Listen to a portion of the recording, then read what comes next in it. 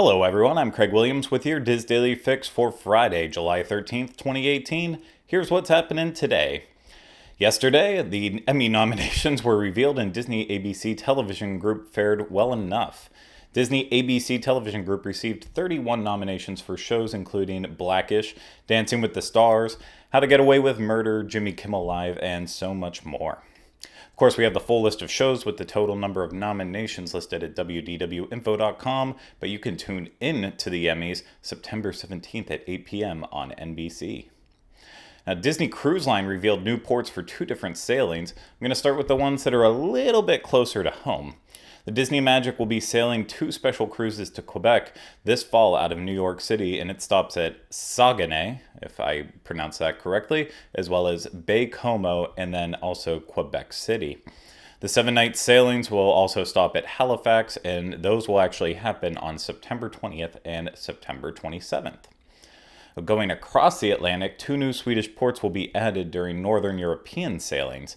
Nynäshamn will be the new port on the 7-night cruise out of Copenhagen on August 1st, 2019, and then Gothenburg, I believe. I think when I looked up the pronunciation, it sounded a lot different in Swedish, but that's how I'm reading it. Well, that will also be a highlight twice next year, once during an 11-night Norwegian Fjords and Iceland cruise on July 21st, 2019, and again on a 7-night Northern European cruise that departs August 18th, and I believe both of those are going out of Dover. Now, moving over to the Diz, today's featured article comes from Peter Gardner, and it is Main Street Memories, a Mouseketeer's reminiscences of Walt and Disneyland. So that's going to be a great article for you to read today to really just brighten up your Friday. So you can find that and many more over at wdwinfo.com. Now, trending on the boards today is a thread that was started by poster JLee05 on the Disney Restaurants forum.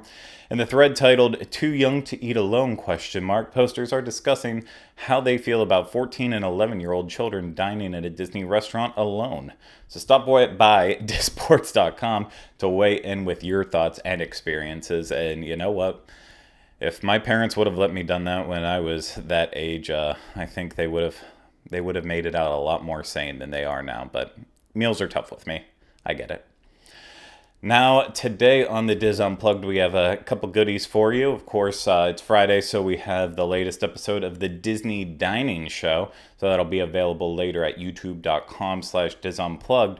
But then also later today, we have a very special episode of Connecting with Walt. It's a fantastic interview with someone who is just one of my personal idols and heroes. No, it's not just Michael Bowling. He is there too and does most of the talking like he normally does for our interviews. But it's something that I just don't want to spoil. You will find out later when the episode's released, and it is a good one. So I highly recommend downloading it, even if Connecting with Walt isn't part of your daily podcast lineup.